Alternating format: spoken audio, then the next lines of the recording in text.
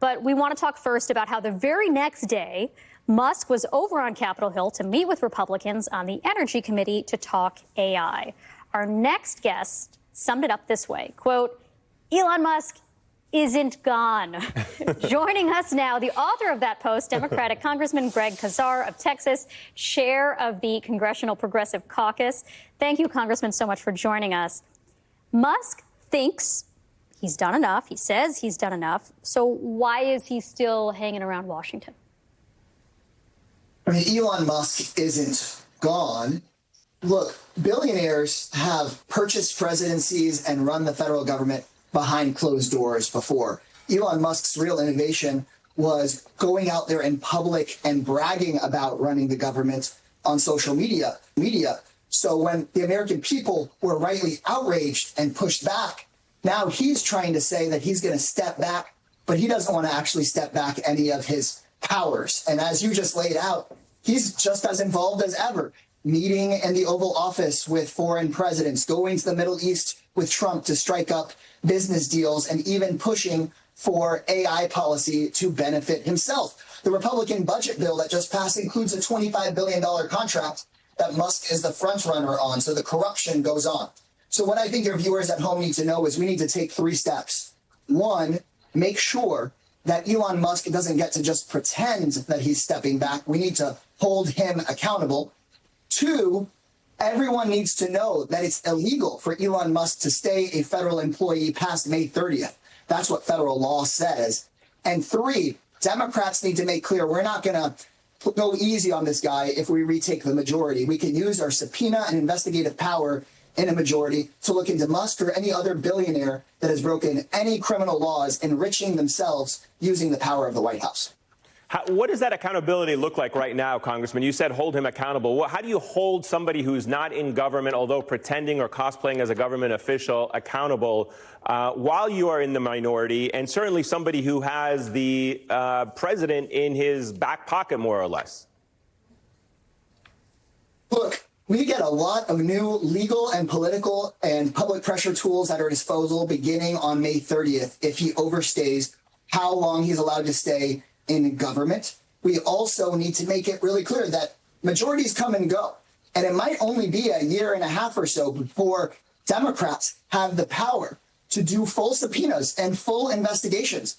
And if it turns out that Trump has been using his tariffs to wield power against foreign governments until they give Elon Musk a contract, like many reports are now leaking out that that might be what's going on. If it turns out that Musk is steering FAA contracts to himself while firing employees that keep our planes safe up in the air, there's some real implications on that. And they're acting like Trump is going to be president forever. And if we have anything to do about it, that's not how it's going to be. And there can be consequences that are much greater than Musk just losing his billions of dollars in federal contracts. So, Congressman, let me ask you then, I think you probably know the question is coming. How are Democrats going to tell the story around all of this? Because, as you mentioned, the midterms are coming. You know, the polling numbers for the Democrats still kind of in the toilet, but Elon Musk's are also in the toilet. So is there a way that you can use him to tell the story of how your party fights back to kind of bring people back into the fold, to make them believe you guys are actually fighting for them?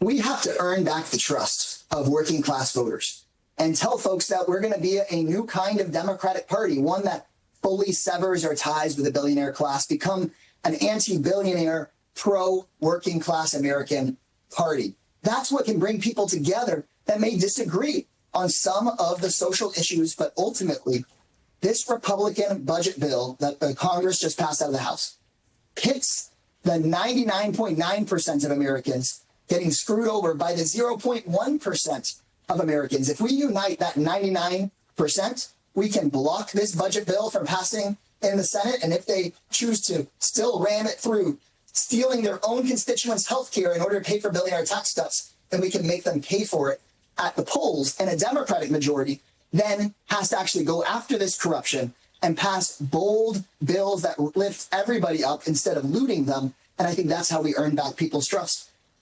Congressman, I want to ask you a little bit more about some of these measures that were in the budget bill that just passed. As you point out, it would give the biggest benefits to the wealthiest and take critical safety net services away from low-income people.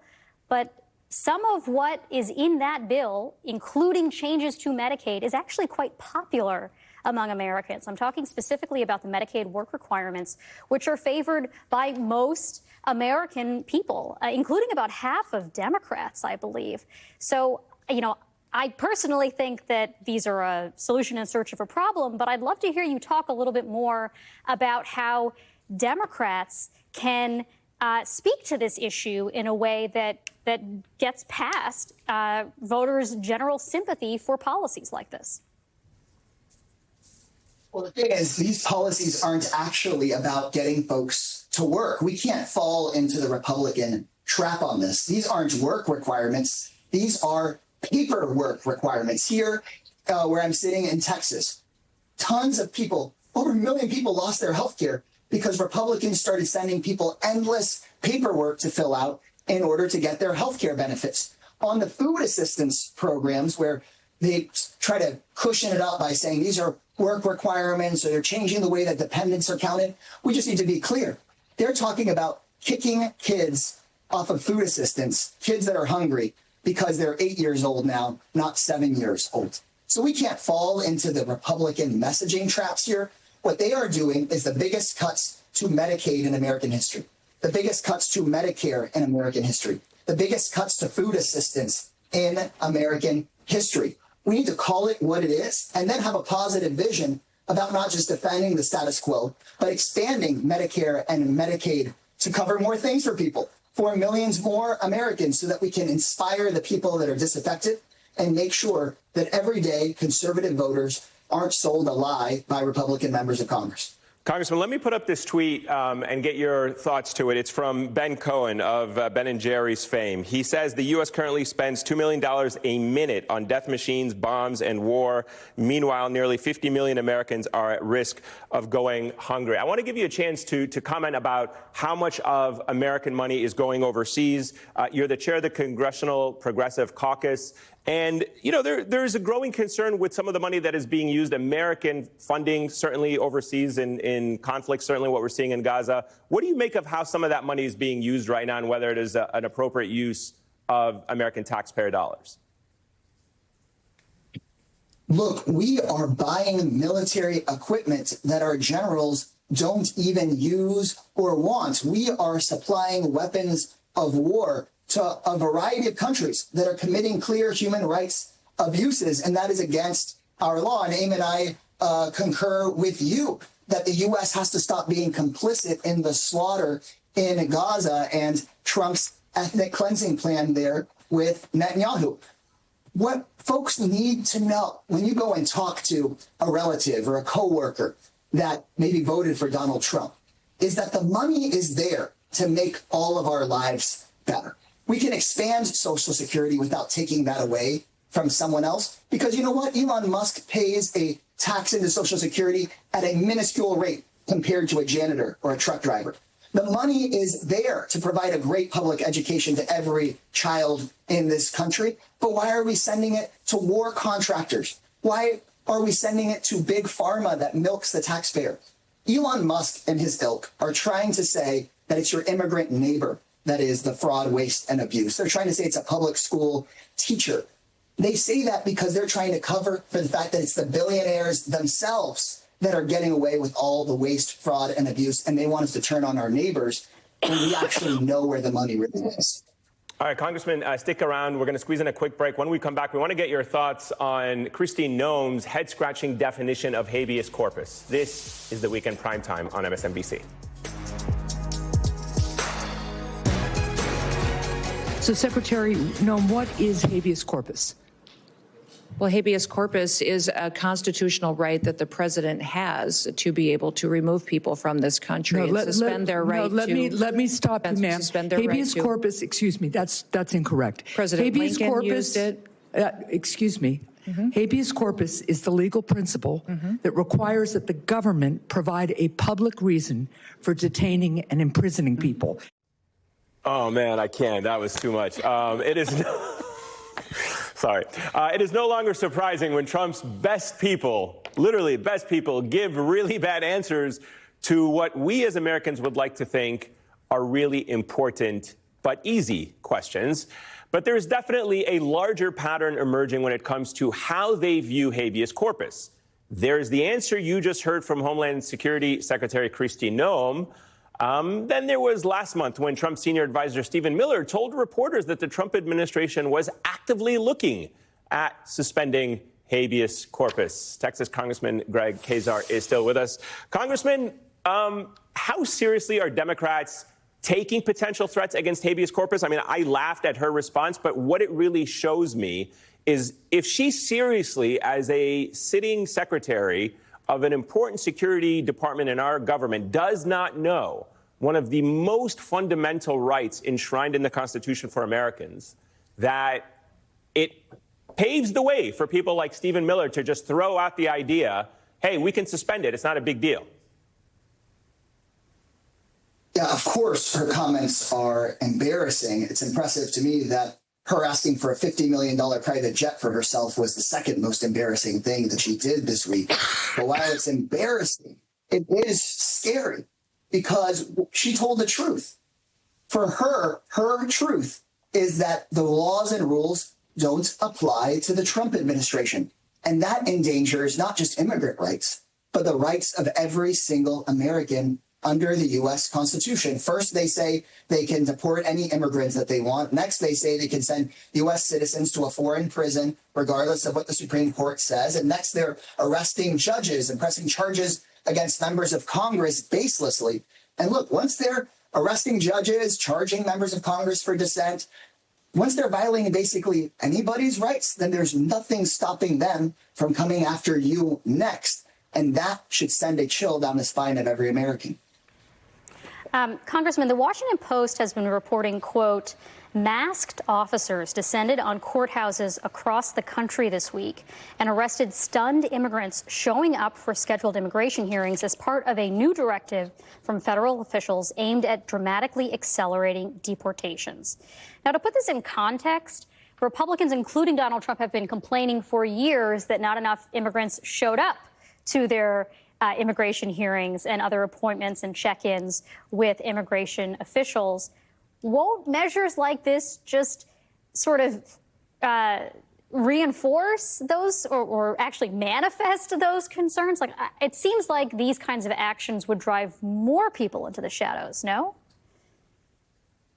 Our courthouses should be places of safety. Our schools should be places of safety. Health clinics should be places of safety, because when immigrants don't report things to the police or don't go to courthouses or won't go to a health checkup, it is bad for everyone, whether you're immigrant or native born. Look, Democrats, I think for too long have felt like we've been on the defense on immigration, but we have to go after the Trump administration for things like this, because the vast majority of Americans believe that it's good and important for immigrants to be able to go have their day in court, for people to follow the laws, even though they are so labyrinthine and awful.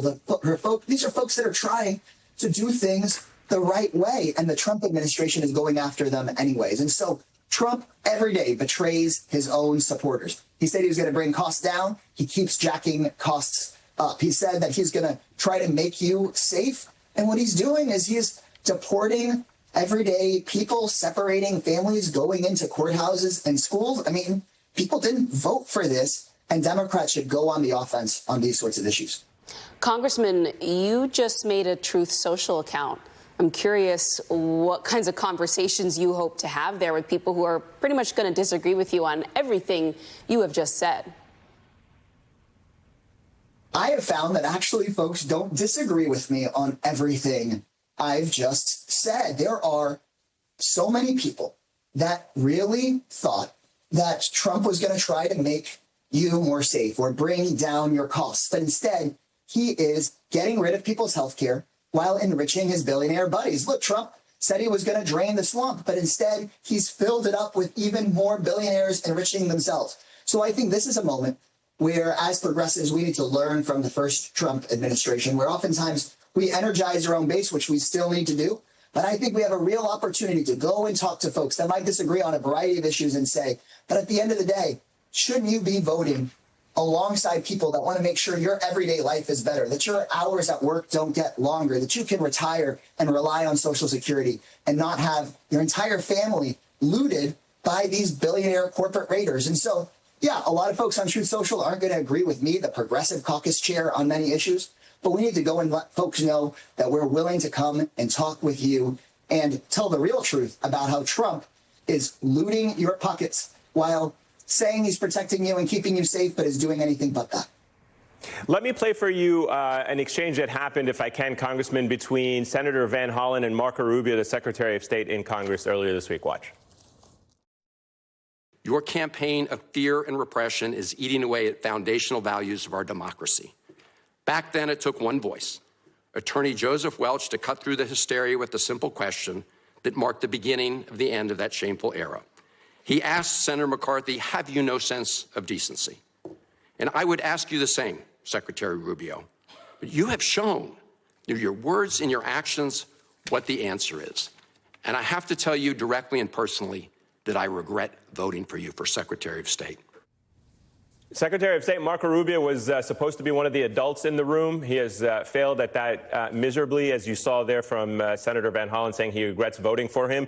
Do you share his sentiment, given everything that has happened in this country, that we are living in a new McCarthyite era where fear and repression are out there right now in our society?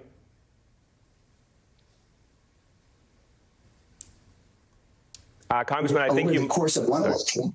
Go ahead. We might have lost your audio for a second. We're in a society over the course of one election where students are being arrested simply for writing an op-ed, where U.S. citizens are being sent to foreign prison camps and aren't being brought back when the right-wing U.S. Supreme Court is saying, bring them back. We are in a moment where Trump is trying to establish a country where he and his billionaire friends can do whatever they want, and everybody else is just too scared to stand up to them. And it is tragic that Marco Rubio refuses to stand up to them, and that's why it's so important for anybody that gets these kinds of threats and intimidations to step up. I'm proud of people like Congresswoman Monica McIver, who is not caving in when they're trying to push baseless assault charges against her. I'm proud of those law firms and places of higher education like Harvard that are not backing down, because every single step of the way, Trump wants to silence you and turn you into a Marco Rubio. And we need every single American to actually go out there and be a hero and not back down and not be silent. They want people to say, if I shut up, maybe I won't be next. But what ends up happening in that world is that we all wind up essentially in an authoritarian state. But we're still in a democracy, and our democracy only survives not through just elections, but also through people speaking up when there's repression. Congressman, thank you so much for joining us tonight.